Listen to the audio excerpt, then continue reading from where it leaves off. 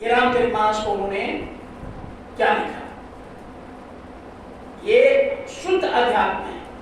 ये बाहर नकल बना दिए गए इसलिए कि कोई महापुरुष आएंगे तो नकल करते करते असल उनसे जल जाए। जैसे हम लोग भी गुरु महाराज के पास नहीं गए थे तो हम लोग ये सब चीज भगवान का कथा ये सब सुनते थे, गाते थे, तब पुरुषार्थ आया था और हम लोग भी सोचे कि नहीं, ये संस्कार महात्माओं से मिलता है, सत्संग से मिलता है। चूंकि रामचरितमानस में गोस्वामी जी महाराज ने लिखे बिनु सत्संग विवेक न हुई, तो सत्संग की खोज अंदर में हुआ और गुरु महाराज की दर्शन दीदार हुआ, उनकी कृपा हुआ। तो बाहर से समझे तब जाकर के अंदर का जो अध्यात्म उन्होंने बताया तब समझ में आया। बाहर से नहीं समझे रहते तो अंदर क्या समझते कि अंदर में भी राम है, अंदर में भी सीता है, अंदर में भी रावण है। अभी कहूं भागी सुनो सांबादा,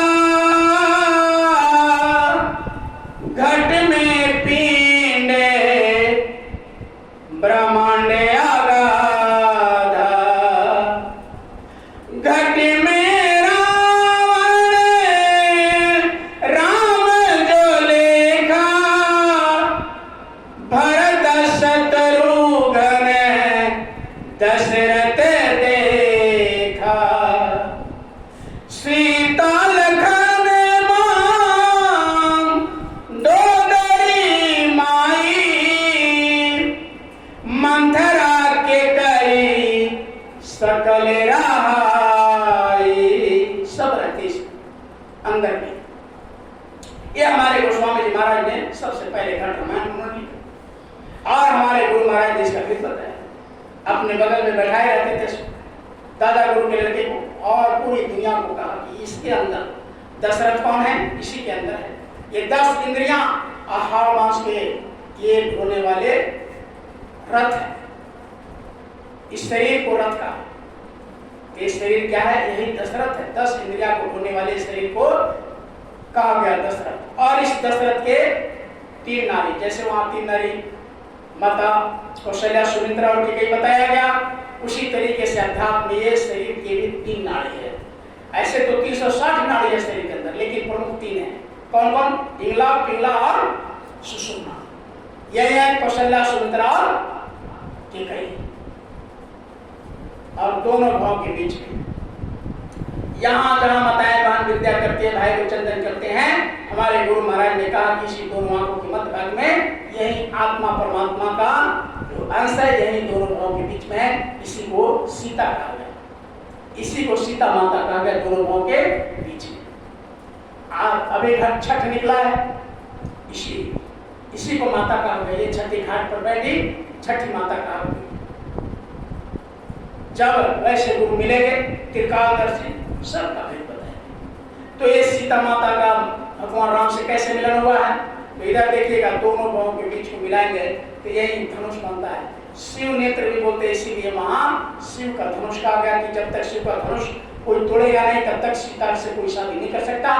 तो सारी दुनिया का महारथी योद्धा गए थे, लेकिन कोई नहीं तोड़ पाया इसको। कौन तोड़ा? भगवान राम ने। यहाँ कौन है? इस अंदर में दशरथ के 4 पुत्र हैं, इस शरीर के अंदर। जैसे वहां राम, लक्ष्मण और शत्रुघ्न, इसी शरीर के अंदर ये चारों भाई है। कौन कौन? मन, बुद्धि, चित्त, अहंकार। राम मन है, बुद्धि लक्ष्मण। तो मन, जिस दिन गुरु महाराज हमारे ने कहा कि जिस दिन मन को समझाओ करके दोनों भावों के बीच में यहाँ ला दोगे, उसी दिन तुम्हारा ये साक्षात्कार हो जाएगा।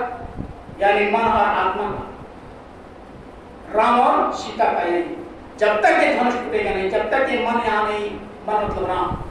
और राम कैसे धनुष को तोड़े? गुरु की कृपा से। रामायण में लिखा हुआ कि गुरु को उन्होंने नमस्कार किया और जैसे गुरु का ध्यान किया बस फट टूट गया। तो कहा गया कि गुरु मेरे भाव ने भीतर न कोई चाहे ग्रंथ करो सको। गुरु का ध्यान कर प्यारे बिना इसके नहीं छूट। इसीलिए रामचरितमानस में गोस्वामी महाराज ने कहा कि गुरु को बिना ये कार्य संभव नहीं है। अध्यात्म के एक कदम नहीं चल सकते बिना गुरु के।